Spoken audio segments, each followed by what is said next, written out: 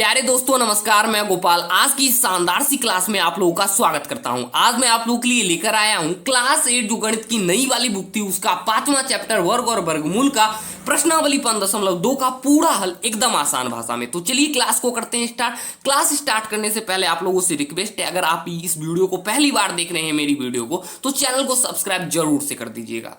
देखिए मेरे प्यारे दोस्तों, हमारा प्रश्नावली 5.2 का प्रश्न संख्या 1 है। इसको आसान भाषा में पढ़ लेते हैं, समझ लेते हैं, उसके बाद इसको सॉल्व करना प्रारंभ करेंगे। हमारा प्रश्न संख्या 1 है, निम्न संख्याओं का वर्ग ज्ञात कीजिए। अब आप लोग समझने का प्रयास कीजिएगा। बोल रहा है निम्न संख्याओं, यानी कि नीचे जो संख्या दी गई है उसको हम निम्न संख्या कहते हैं, का वर्ग ज्ञात कीजिए। यानी नीचे जो संख्या दी गई है इसका वर्ग ज्ञात करना। हमारा पहला है 32। अब देखिए 32 का वर्ग कैसे ज्ञात करेंगे। ये 32 है, इसके घात में हम अगर 2 रख देते हैं तो ये 32 का वर्ग बन जाता है। अब देखिए 32 का वर्ग निकालेंगे कैसे, तो 32 को फिर से 32 से गुना कर दीजिए और जो आंसर आएगा वही 32 का वर्ग हो जाएगा। अब देखिए 32 को 32 से अगर हम गुना करते हैं, देखिए 32 को 2 से गुना करते हैं तो आ जाता है 64। अब देखिए 2 को 3 से गुना करेंगे तो आ जाता है 6, फिर 3 को गुना करेंगे तो होगा 9। अब देखिए 4 का 4 उतर जाएगा, 6 हो जाता है 12, फिर हासिल बचा 1 और 9 यहाँ पर है तो यहाँ पर हो जाएगा 10, यानी 1024 आया। लेकिन काफी लंबा टाइम ले लेता है। मेरी प्यारी दोस्तों, वर्ग निकालने का सबसे आसान तरीका क्या है। जैसे कि हमारा पहला सवाल है 32,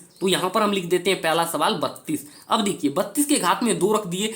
अब देखिए 32 की इकाई अंक क्या है दोस्तों, 2 है, और 2 का वर्ग निकालेंगे तो हमारा आंसर आ जाता है 4। अब देखिए आपस में इन दोनों संख्या को गुना कर देंगे। 3 और 2 को आपस में अगर हम गुना करते हैं तो आ जाता है हमारा आंसर 6, और उसी 6 को घात वाले 2 से गुना कर दिए तो हो जाता है हमारा आंसर 12, और हासिल बच गया 1। अब देखिए 3 का वर्ग निकालेंगे तो हो जाएगा 9 और हासिल 1 जुड़ जाएगा, यानी कि 1024 हमारा आंसर आ गया। कितना आसान था। जैसे कि 32 और 32 को हमने गुना किया था तब पर भी हमारा आंसर उतना ही आया, और आसान भाषा में निकाले तब पर भी हमारा आंसर इतना ही आया। देखिए अब हमारा दूसरा सवाल है 35।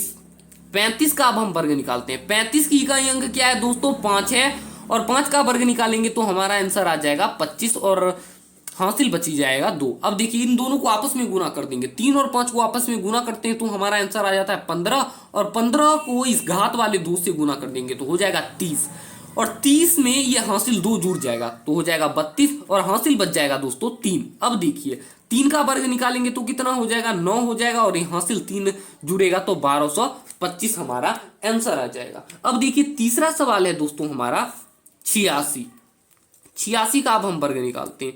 86 की इकाई अंक क्या है दोस्तों, 6 है। अब 6 को 6 से गुना करेंगे, यानी 6 का वर्ग निकालेंगे तो हमारा आंसर आ जाता है 36, यानी 6 यहां पर लिख देंगे और 3 हमारा हासिल बच गया। अब देखिए दोनों संख्या को आपस में गुना करेंगे। 8 और 6 को आपस में गुना करते हैं तो हमारा आंसर आता है 48। 48 को अब हम घात वाले 2 से गुना करेंगे तो हमारा आंसर आ जाएगा 8 दूनी 16 और 4 दूनी 8, और हासिल 1 जो बचा था 96। अब देखिए 96 में ये 3 जुड़ जाएगा तो हो जाएगा 99, और हासिल बच गया दोस्तों 9। अब देखिए 8 का हम वर्ग निकालते हैं तो कितना होगा दोस्तों, 64, और ये 9 जुड़ जाएगा तो हो जाएगा 64, और 9 हो जाता है 73, यानी कि हमारा आंसर आ जाता है 7396। हमारा चौथा सवाल है 93। देखिए हमारा चौथा सवाल है 93। तो 93 की इकाई अंक क्या है दोस्तों, 3 है, और 3 का हम वर्ग निकालते हैं तो हो जाता है हमारा आंसर 9। अब देखिए दोनों संख्या को आपस में गुना करेंगे। 9 और 3 को अगर हम आपस में गुना करते हैं दोस्तों, तो हम 9 और 3 को आपस में गुना करते हैं 27 हो जाता है, और 27 को हम 2 से गुना कर देते हैं। 7 दूनी 14 और 2 दूनी 4 54। 27 को 2 से गुना करेंगे तो हमारा आंसर आता है 54, यानी कि 4 यहाँ लिखा जाएगा और 5 इकाई में हासिल बच जाएगा। अब देखिए 9 का वर्ग निकालते हैं। 9 9 कितना होता है दोस्तों, 9 9 81, और 81 होगा, और ये 5 जुड़ जाएगा, यानी कि 8649 हमारा आंसर है। अब देखिए मेरे प्यारे दोस्तों हमारा 5वां सवाल है 71। अब देखिए 71 का वर्ग निकालना पड़ेगा। यहाँ पर देख सकते हैं 71 की इकाई अंक क्या है दोस्तों, 1 है, तो 1 का वर्ग क्या होगा, 1 ही होगा। अब इन दोनों संख्या को आपस में गुना कर देंगे। 7 और 1 को आपस में गुना कर देंगे तो 7 प्राप्त होता है, और इसको इस घात वाले 2 से गुना करेंगे। 7 को अगर घात वाले 2 से गुना करते हैं तो प्राप्त होता है 14, और हमारा हासिल बच गया दोस्तों 1। अब देखिए 7 का वर्ग निकालते हैं। 7 का वर्ग क्या होगा दोस्तों, 49 होता है और हासिल वाला 1 जुड़ जाएगा, यानी 50 141 हमारा आंसर आ गया। अब देखिए हमारा छठा सवाल है 46। अब 46 का वर्ग निकालना पड़ेगा। देखिए दोस्तों यहाँ पर हम लिखेंगे 46 का वर्ग, 46 की घात में 2 रख दिए, ये 46 का वर्ग बन गया। अब देखिए 46 की इकाई अंक क्या है दोस्तों, 46 की इकाई अंक 6 है और इसका वर्ग क्या होगा, 36 होगा और हासिल बच गया 3। अब दोनों संख्या को आपस में गुना कर देंगे। 4 और 6 को आपस में गुना करते हैं दोस्तों तो 24 होता है, 6 चौके 24 और इसको घात वाले 2 से गुना कर दिए तो 24 को अगर हम घात वाले 2 से गुना करते हैं तो प्राप्त होता है 48 और 48 में ये 3 जुड़ गया यानी 51 हो गया और हासिल बच गया दोस्तों 5। अब देखिए 4 का वर्ग कितना होगा, 16 होगा और 16 में ये 5 जुड़ जाएगा यानी कि 2116 हमारा आंसर आ जाएगा। देखिए दोस्तों ध्यान से 32 का वर्ग आ गया 1024, 35 का वर्ग आया 1225, 86 का वर्ग आया 7396, 93 का वर्ग आया 8649, 71 का वर्ग आया 5041 और 46 का वर्ग आया 2116। बस हमारा आंसर इतना ही आ गया। उम्मीद करता हूं आप लोगों को ये प्रश्न बारीकी से समझ में आ गई होगी। तो चलिए मेरे प्यारे दोस्तों अब हम प्रश्न संख्या 2 को भी सॉल्व करते हैं। हमारा प्रश्न संख्या 2 है पाइथागोरस त्रिक लिखिए जिसका एक सदस्य है। देखिए दोस्तों पाइथागोरस त्रिक क्या होता है, पाइथागोरस त्रिक में 3 सदस्य होते हैं।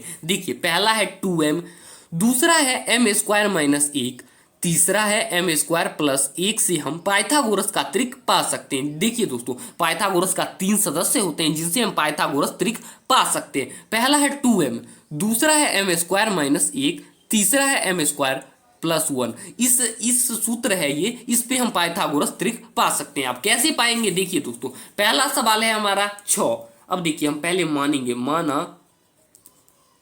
मान लिए दोस्तों ये हमारा पहला सवाल है 2m है तो माना 2m = 6। जरूरी नहीं है कि हम यहाँ पर 2m ही माने, हम यहाँ पर m² - 1 भी मान सकते हैं, लेकिन ये पहला है इसलिए हमने मान लिया 2m = 6। अब देखिए ये 2m ये गुना में है और इधर जाएगा तो भाग में, यानी m और 6 ये भाग में जाएगा तो 2 नीचे आ जाएगा।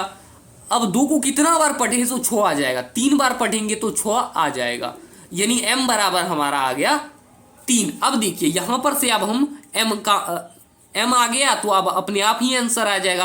पहला है 2m, अब 2m।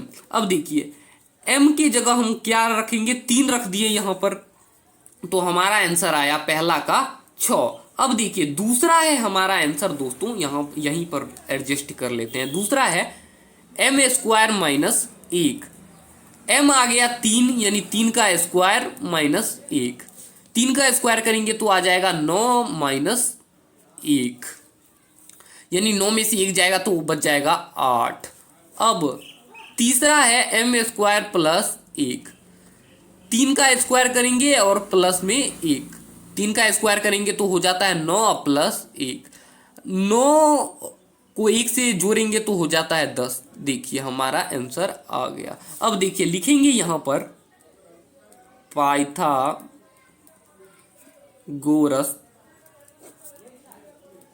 त्रिक = 6 8 और 10। पहला का आंसर आया हमारा 6 8 10।